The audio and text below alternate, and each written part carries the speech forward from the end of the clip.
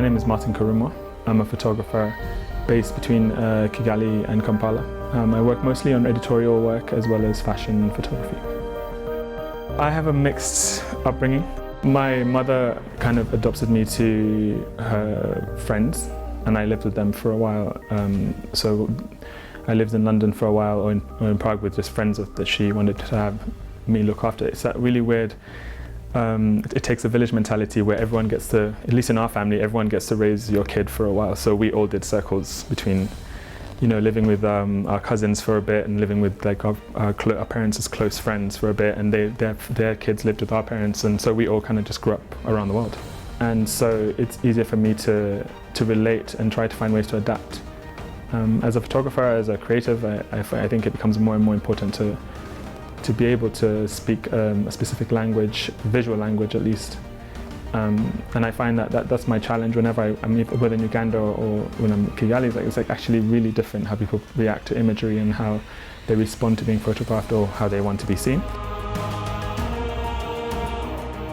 3 years ago I painted a pineapple white, spray painted the stem or the head of it, and then cut out the middle so that the kind of like the juices can like flow out, and then did the exact same for a black one and shot them both in like the corresponding colors.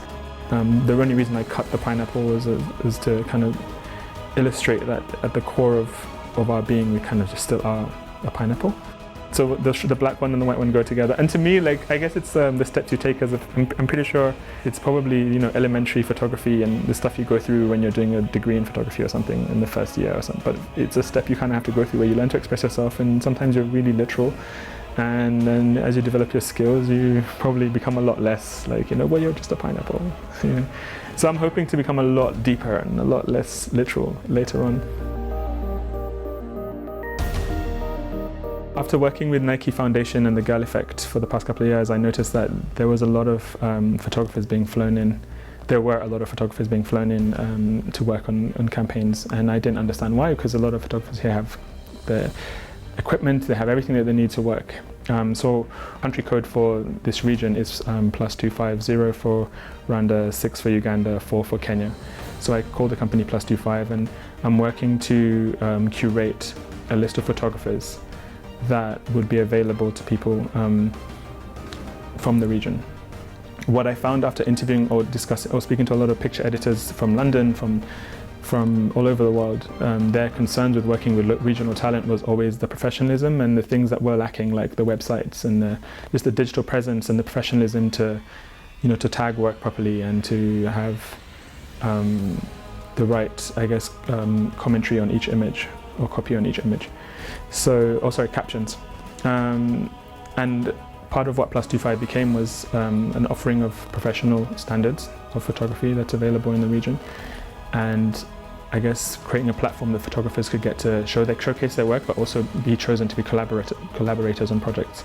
And I've been really lucky. Last year we managed to get one of our photographers on a really big commission with ActionAid, which I was like, it was a kind of like a little affirmation that what we're doing is great.